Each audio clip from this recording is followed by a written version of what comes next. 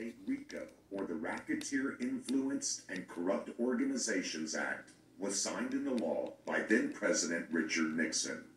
Carl Sifakis writes that prior to RICO, a top mafioso or two was forced to do a short prison stretch, terms, as they said, they could do sitting on their heads.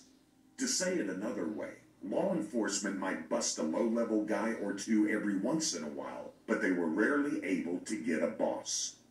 After the restructuring of the American Mafia in the 1930s, a simple tenet of criminal law had been exploited. Guy Lawson and former NYPD Detective William Oldham explained, a man could only be charged, tried, and convicted for crimes he personally committed.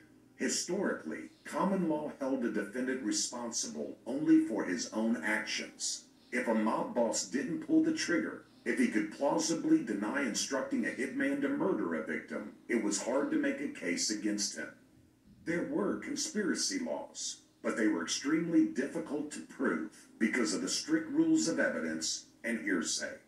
To put it simply, prior to RICO, the law had a lot of bark but very little bite. Enter G. Robert Blakey, who worked with Senator John McClellan.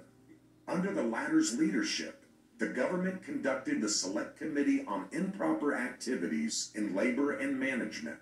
The committee got the nickname the Valachi hearings, due to the top witness for the feds, Joseph Valachi, the first major mobster of one of the 5 families to flip. This committee investigated organized crime activities across America and centered on Teamster head and mob associate Jimmy Hoffa and other leading mobsters of the era, such as Sam Giancana of Chicago. Blakey drafted the RICO Act, Title IX of the Organized Crime Control Act of 1970, as a result of the committee's failure to secure anything major as a result of the hearings.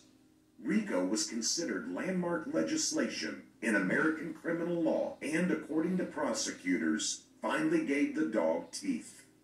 The law got its nickname from the main character, Rico Bandello, in the 1930 Hollywood film Little Caesar. RICO allowed prosecutors to connect the different elements of a criminal enterprise together to tell the story behind the scene. RICO wasn't about convicting a single defendant.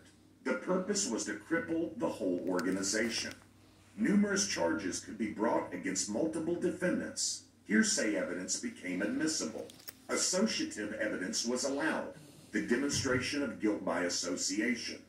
To put it more succinctly, if a defendant profited off the crimes of an organization, even if he was not directly involved with the crime himself, he could be charged as a co-conspirator.